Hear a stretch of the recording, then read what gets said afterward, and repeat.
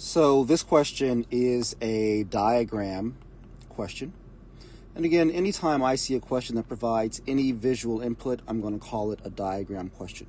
And all that means is I'm going to pay very close attention to exactly what's happening in the visual that's been provided. And most likely, that's what I'm going to lean on in order to answer my question. So this question says, a touring company purchased a tour bus for $100,000. The graph models the value of the bus as a function of the time in years since it was purchased. All right, well, let's make sure I understand that. So I see at time 0, which would mean 0 years since it was purchased. I see that that coincides with the $100,000 mark that was mentioned here on my y-axis. And I see the value goes down over time. For instance, at 20 years after purchase, we're somewhere around, I don't know, let's call it $15,000. All right, so I understand the graph.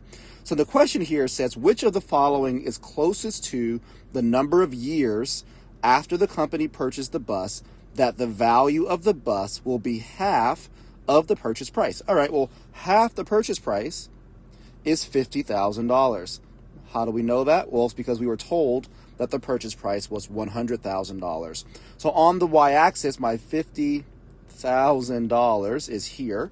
So I can just follow that line. I'll use a different color here. Across to the graph, it hits right there. Follow that line down, and that looks like that's going to be, what's my unit here? So maybe 2, 4, 6. Yes, each vertical line there is 2 years. So that red line, that red vertical line, lines up with 6 years.